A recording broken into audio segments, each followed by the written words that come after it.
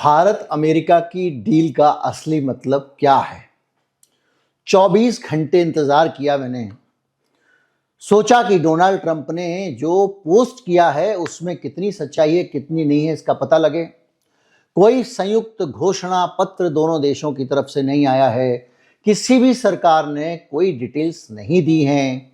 खुद अमेरिका के white house से भी कोई बयान नहीं आया है।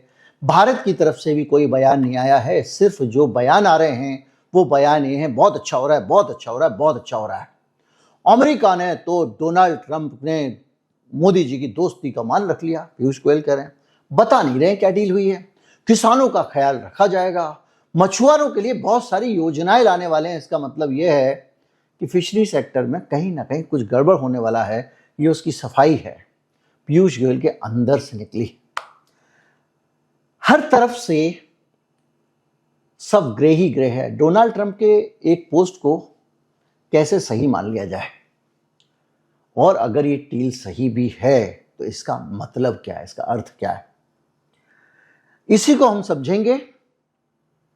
आप देख रहे हैं नॉकिंग न्यूज। मैं हूं गिरिजेश वशिष्ठ, अभी हाजिर हुआ।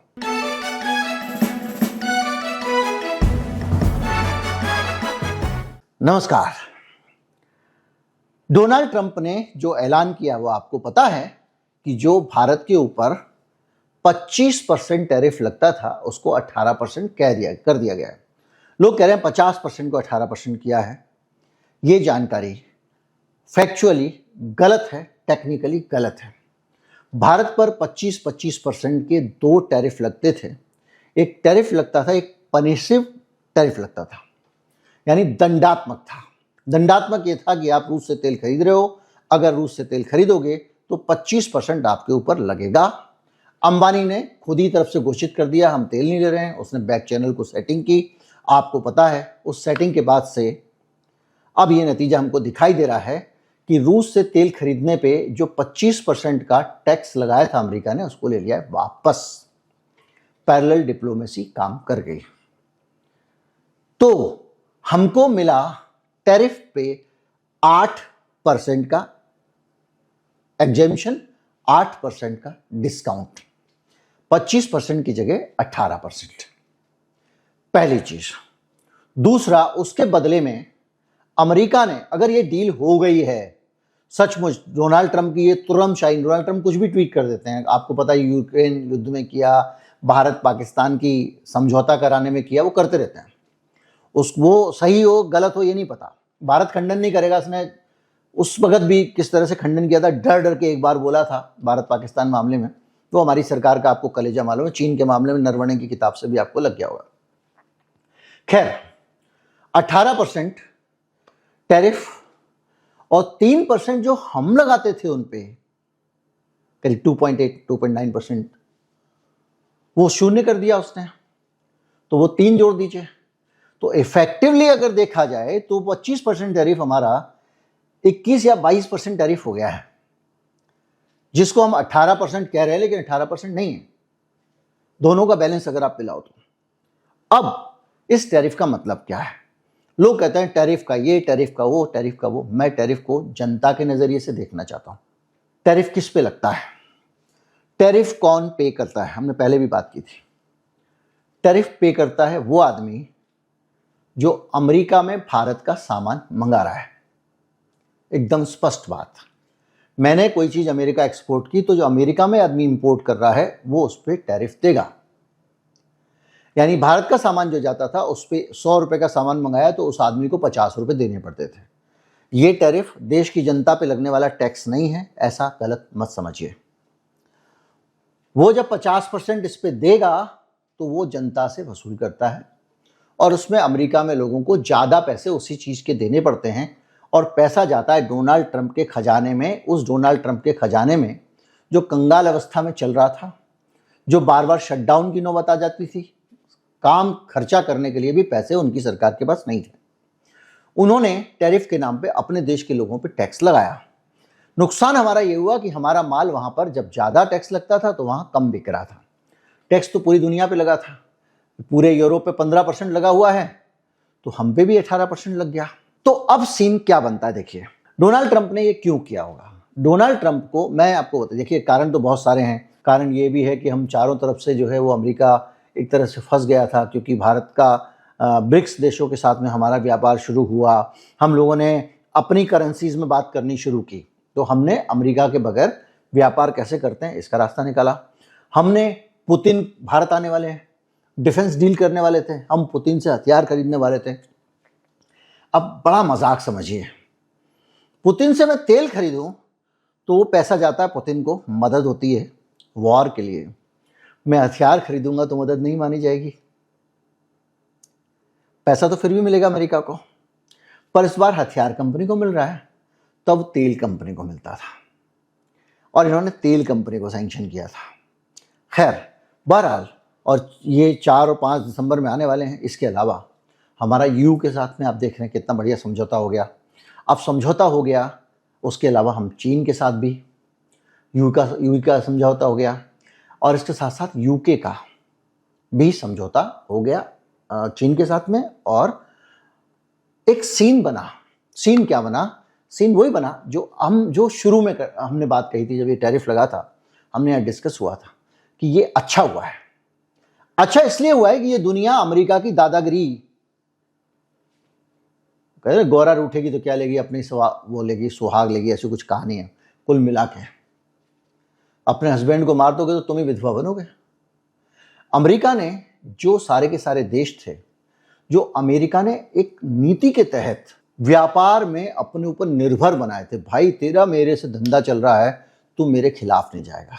कभी कुछ होगा, झगड़ा वगड़ा कुछ भी होगा, तो तू कहेगा भैया मेरी तो दुकानदारी सप्लाई बंद हो जाएगी। तो इन सब को अमेरिका ने अपने ऊपर निर्भर बनाया हुआ था। किसी को नेटो के नाम पे पैसे दे रहे हैं, देख लो भाई, दुनिया के देशों को, WHO को फंडिंग करे। भाई जो हम कहेंगे दवा को लेके, टीके को लेके, वो मानना पड़ेगा, वरना हम धंधा पैसा बंद कर देंगे। भारत जैसे बहुत सारे देशों को भी अमेरिका ने अपने यहां इसलिए सस्ते टैरिफ पे माल खरीदता था उनका, कि इनको, हम इसके ग्राहक हैं, इसका धंधा बंधा हुआ है। आप दूध का काम करते हो, एक घर में आपका 100 लीटर दूध जाता है, उससे आप झगड़ोगे नहीं, उसे बना के चलोगे। तो ये एक तरह की गुलामी थी जो अमेरिका ने सारे देशों पे थोपी हुई थी, ये फैक्ट है। अब क्या हुआ कि ये गुलामी डोनाल्ड ट्रंप ने तोड़ दी।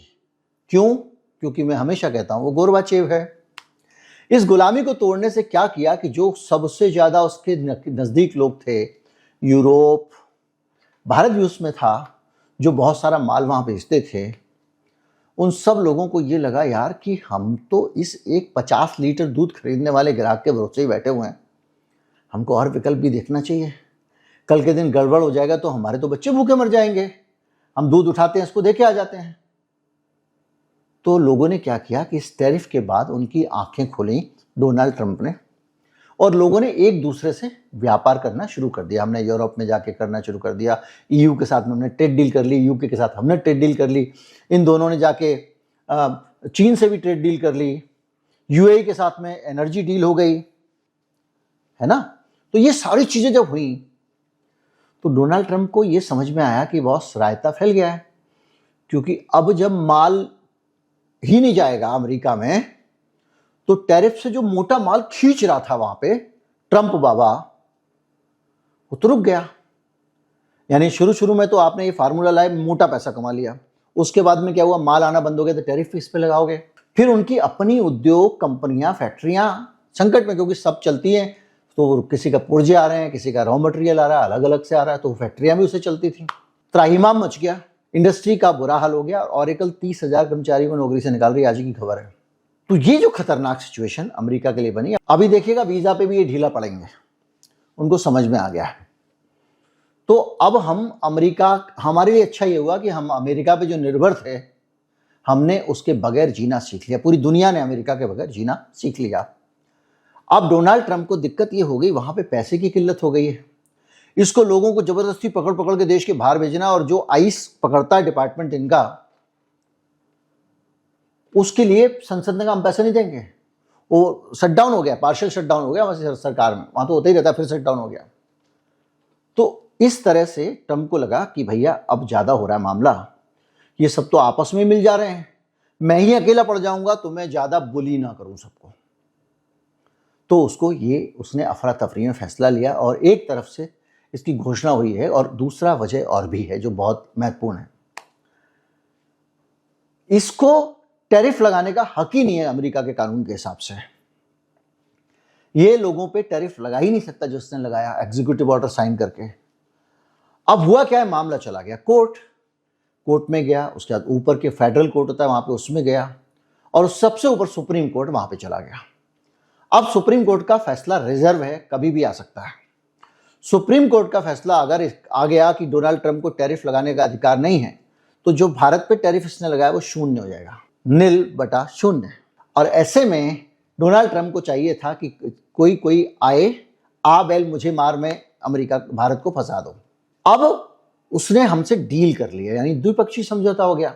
इस डील को वहां की संसद में पास कराएगा और पास करा लेगा तो जो वहां का कानून है अमेरिका का, उसके हिसाब से भारत पे 18% टैरिफ लग सकता है।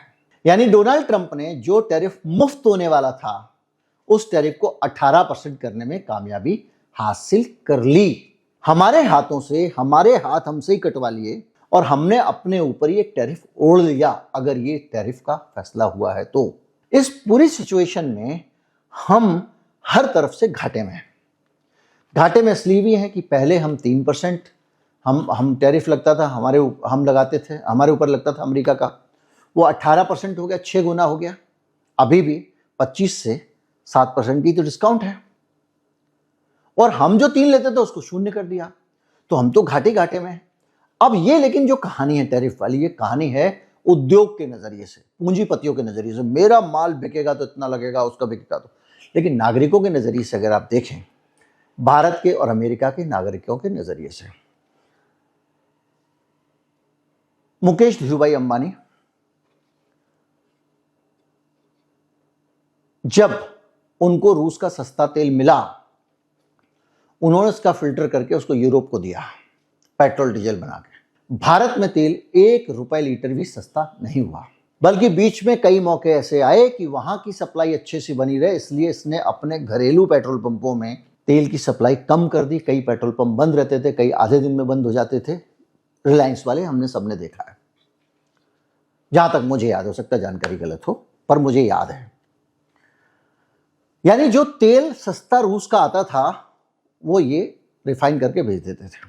अब जब रूस का तेल बंद हो गया तो अंबानी साहब पे एक प्रेशर है कि तुम अपनी रिफाइनरी किससे चलाओगे भाई, शुद्ध करने के लिए तेल भी तो चाहिए। आप अगर सरसों के तेल का कारोबार भी करो तो आपको सरसों चाहिए ना। अब उन्होंने जिससे सबसे ज्यादा सस्ती और ज्यादा और अच्छी सरसों मिलती थी, अच्छी इसलिए थी क्योंकि मेरी मशीन को सूट करती थी, उस सरसों को उसने कहा कोई नहीं खरीदेगा, तो उन्होंने वो सरसों खरीदनी बंद की, यानी तेल रूसी खरीदना बंद किया। तो इनके सामने सबसे बड़ा संकट ये था कि अब ये अपना प्लांट कैसे चलाएं, इनकी रिफाइनरी कैसे चले। तो डोनाल्ड ट्रंप ने इनको छूट दे दी, तुम वेनेजुएला का ले लो, पर वेनेजुएला के तेल पे भी सवाल है, इसलिए रूस का तेल चलता रहेगा। क्यों? वेनेजुएला अभी उतना ज़्यादा तेल निकाल नहीं सकता, उसकी मशीनें सब पुरानी हैं और उसमें थोड़ा थोड़ा ही तेल निकल रहा है, और जब उसका तेल कहीं बिकता नहीं था तो उसने बनाया नहीं, और तेल का कुआं एक बार बंद हो जाए दोबारा चालू करने में बहुत लंबा समय और बहुत पैसे लगते हैं, नए कुएं के जितने, इसलिए वहां से तेल मिलने वाला नहीं है। लेकिन अंबानी साहब को राहत मिल गई। आप अगर इसको ये कहें कि हमारे तेल के ऊपर से टैरिफ हट गया, तो ये हम और आपको ये समझाया जाता है कि भारत पे टैरिफ था।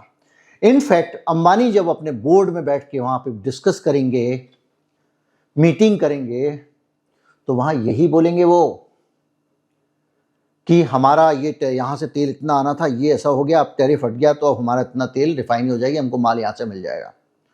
उनको ये नहीं कि देश का टैरिफ हट गया लग गया, ये हमको समझा दिया जाता है कि उनकी मुसीबत को हम अपनी समझें, वो अपने फायदे को हमारा नहीं समझते हैं।